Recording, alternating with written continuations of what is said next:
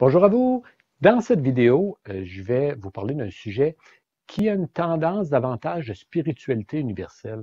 Et puis, je vous parle de ce sujet aujourd'hui parce que je tente de baser ma vie sur les principes dont je vais vous partager dans cette vidéo. Alors, je commence par vous parler d'un bateau. Vous savez, un bateau sur lequel il y a des matelots, et puis les matelots ont donné un pouvoir d'autorité à qui? Au capitaine. Donc, les matelots ont accepté de suivre les conseils, de suivre les directives du capitaine et puis de vivre selon ses principes de navigation. Alors, si on part de l'idée qu'un capitaine sur un bateau, c'est bon, alors, que diriez-vous s'il y avait deux capitaines? Est-ce que ce serait mieux? Eh bien, vous voyez tout de suite que non, hein? Dans ce sens que s'il y avait deux capitaines, assez rapidement, ça créerait de la confusion dans la tête et dans l'équipe de matelots. Et puis, assez rapidement aussi, dans toute l'équipe, ça créerait le chaos. Et puis, il y a peu de chances que le bateau puisse se rendre à bon port. Donc, donner le pouvoir d'autorité à une seule personne ou à une seule source. Alors, moi ici, pour rentrer dans le sujet, vous savez, je peux comme deviner que vous avez plusieurs sources d'autorité auxquelles vous avez donné l'autorité et des sources extérieures. Et si vous vous dites peut-être, j'entends déjà des gens dire, non, non, moi je suis travailleur autonome, j'ai toujours été maître de ma vie, puis il n'y a pas personne qui me donne des ordres. Écoutez bien ceci. Pensez à des gens dans votre famille, des gens dans votre entourage, des gens dans votre voisinage, à votre travail, ou encore votre gouvernement ou la société en général, ou des événements comme une guerre. Euh, Lorsque vous pensez comme exemple à une personne en particulier, il y a des chances que vous puissiez avoir dans votre environnement des gens, lorsque vous pensez à eux, que ça puisse créer de la tristesse en vous. Et puis que vous dites, ah, écoute, cette personne-là, elle me rend triste, je suis triste. Ou encore, vous vous dites à vous-même, je suis triste lorsque je pense à cette personne. Eh bien, dites-vous qu'à ce moment, ça signifie que vous avez donné le pouvoir d'autorité à cette personne de vous rendre triste. Et puis, même si ce pouvoir n'existe pas, et ça peut être vrai pour la tristesse, pour la colère, pour la haine, pour la peur aussi, et puis même pour le bonheur. Donc, on peut donner un pouvoir d'autorité à une personne de nous rendre heureux ou de nous rendre heureuse. Comme exemple, lorsque vous pensez, un exemple ici, à votre conjoint ou à votre conjointe, ou à une personne très près de vous, et puis que vous dites, ah, écoute, mon conjoint, ma conjointe, là, lorsque je pense à lui ou à elle, moi, c'est cette personne-là qui me rend heureux ou qui me rend heureuse dans la vie. Eh bien, vous êtes dans le pétrin parce que vous devriez avoir une autre source de bonheur qui vous rend constamment heureux ou heureuse. Et puis, cette personne devrait ajouter à votre bonheur. Donc, c'est pas négatif. Donc, ça fait en sorte que vous avez une entrée de bonheur constant d'une autre source et puis que cette personne-là ajoute à votre bonheur. Alors ici, je vous dis aujourd'hui, et puis je vous annonce que vous devenez ce que vous incarnez. Alors, comme exemple, lorsque vous dites de cette personne dont on parlait il y a un instant, cette personne-là me rend triste et puis je suis triste, eh bien, cette personne vous rend triste. Et puis, lorsque vous êtes triste, jamais vous pourrez exprimer le bonheur. Et puis, jamais cette source pourra vous exprimer le bonheur tant qu'elle vous fait exprimer de la tristesse. Vous me suivez? Donc, tant qu'elle cause de la tristesse en vous, vous ne pouvez pas exprimer le bonheur. Et puis, c'est comme si vous vous coupez de la vie. C'est comme si vous allez chercher le bonheur ou la tristesse ou la colère ailleurs. Et puis, en vous coupant de la vie, vous vous coupez de l'énergie que la vie peut vous donner, vous vous coupez de la créativité que la vie peut vous apporter aussi. Donc, vous limitez certains de vos pouvoirs. Et comme je disais, ce pouvoir n'existe pas. Donc, une personne ou un événement, comme exemple une guerre qui vous fait peur, eh bien, cette guerre, vous lui avez donné le pouvoir de vous créer de la peur. Mais pourtant, ce pouvoir n'existe pas. Vous devez aller chercher votre source ailleurs. Et là, j'en entends qui regardent autour d'eux, de qui ils sont entourés, puis bon, les événements, et puis les situations, puis la société dans laquelle ils sont entourés, et puis ils se disent, OK, là, je suis dans la merde. Et puis, où est la source de bonheur, la source d'énergie, la source de créativité autour de moi? J'en ai pas. Eh bien, ici, que peut-on faire? C'est ce dont je vais vous parler. Que peut-on faire? C'est de donner un pouvoir d'autorité à une nouvelle source, qui est la vie elle-même, et puis les caractéristiques de la vie. quelles sont les caractéristiques de la vie? Je peux vous en nommer quelques-unes. La vie, elle est sagesse. La vie est amour. La vie, elle est vérité. La vie est énergie. La vie est création aussi.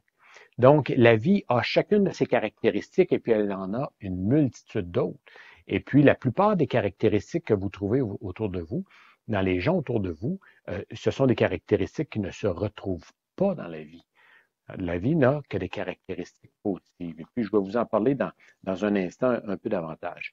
Et puis, lorsque vous allez chercher ces caractéristiques dans la vie qui est davantage une source intérieure qu'une source extérieure, en allant chercher ces caractéristiques de la vie en vous, eh bien, c'est ce que vous pourrez exprimer. Je vous donne un exemple ici. Prenez l'exemple d'un lac. Un lac a une source d'entrée d'eau et a une sortie. Si la source d'entrée d'eau contient beaucoup de polluants, eh bien, le lac, c'est ce qu'il va contenir, des polluants. Et puis, ce qu'il va en sortir, ce sont des polluants aussi. Mais si la source est de l'eau claire, de la bonne eau, eh bien, ce qui pourra en ressortir, c'est de la bonne eau aussi. Donc, vous devez prendre soin là où vous cherchez, là où vous allez chercher votre énergie et là où vous allez chercher vos émotions. Alors, vous ne pourrez jamais exprimer quelque chose autre que la source qui vous amène ce que vous avez en vous. D'accord? Je vais vous éclaircir ça ici un petit peu, mais avant, j'aimerais comme souligner un point, c'est que souvent j'entends des gens dire, oui, mais la vie, elle est injuste. La vie est injuste? Non, la vie n'est pas injuste. Ce sont les gens qui sont injustes. C'est la société qui est parfois injuste. Ce sont les humains qui sont injustes. Parce que si la vie était injuste, ça ferait longtemps qu'il n'y aurait plus de vie.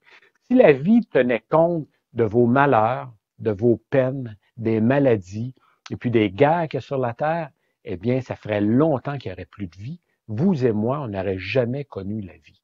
Pourquoi la vie est encore là après des milliards d'années? C'est que la vie exprime la sagesse, la vérité, l'amour, et elle exprime aussi la création et l'avancement, parce que la vie avance constamment. Parfois, on peut sentir que la vie recule, mais c'est notre vie qui recule. Ce n'est pas la vie en général. La vie, elle avance. J'aimerais attirer votre attention ici sur un piège dans lequel beaucoup de gens tombent en vivant leur spiritualité, en apprenant sur la spiritualité. Bon, il y a beaucoup de gens qui vont faire beaucoup de lecture, de la bonne lecture en spiritualité, qui vont faire de la méditation et puis qui vont faire beaucoup de réflexions sur leur spiritualité, mais ils ne l'expriment pas. Ils gardent ça pour eux. C'est comme s'ils sont centrés sur eux et puis ils deviennent une personne qui vit de nombrilisme. Et ça ici, c'est dangereux, dans ce sens que au début, la personne a une source et puis qui entre dans son lac, la source est bonne. Mais s'il n'y a pas d'expression, si elle garde tout ça pour elle, eh bien un jour, le lac est plein et puis elle coupe la source. Et puis, lorsque la source est coupée, ce qui tourne à l'intérieur du lac, ce qui est contenu dans le lac, c'est de l'eau qui un jour va pourrir, puis ça va devenir de l'eau morte. Donc, on doit exprimer notre spiritualité. On doit exprimer nos connaissances qu'on a.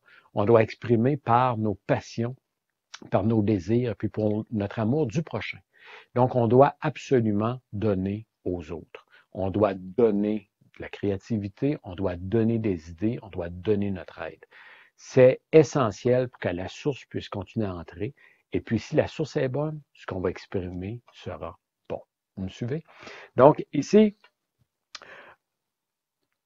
j'aimerais vous donner une piste pour pouvoir développer cette compétence-là, d'aller chercher, d'aller puiser dans une bonne source, au lieu de puiser dans une source extérieure. Donc, une source à l'intérieur de vous, au lieu de puiser à l'extérieur. Je vous donne un exemple ici. Disons que une personne ou un événement vous crée de la peur, OK? Crée de la peur en vous. Donc, ce que vous devez faire, c'est que consciemment, vous vous arrêtez et puis vous vous dites à vous-même, je ne donne pas le pouvoir d'autorité à cet événement de me faire peur. Par contre, je donne maintenant le pouvoir d'autorité à la vie qui, elle, me donnera le courage. Donc, le contraire de la peur, c'est le courage. Et puis, à partir de ce moment-là, vous pourrez exprimer le courage. Tant que vous aurez peur, vous ne pourrez pas exprimer du courage, vous allez exprimer de la peur. mais vous devez consciemment couper cette source et puis aller puiser dans une autre source qui est là à l'intérieur de vous, et puis de dire, la vie est courage, et puis je suis le courage. Je suis ce courage, et puis à partir de maintenant, je suis courageux, je suis courageuse face à cet événement ou face à cette personne. Vous voyez? Donc ici, c'est de transposer, et puis ce que je vous donne un peu comme devoir, c'est à chaque jour pour la prochaine semaine, au moins une seule fois, de le pratiquer. Et puis prenez, faites une réflexion de 2, 3, 4 minutes. Prenez le temps de vous arrêter et de consciemment couper cette source et ouvrir un nouveau canal qui lui est en vous.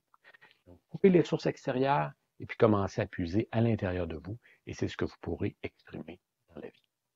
C'est une question de cause à effet. Donc, s'il rentre des bonnes choses, il va sortir de bonnes choses. S'il rentre de mauvaises choses, il va sortir de mauvaises choses.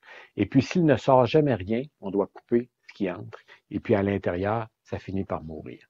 Et puis, on doit choisir notre source et puis choisir la vie elle-même, les caractéristiques de la vie, qui est être, création, qui est amour, qui est énergie.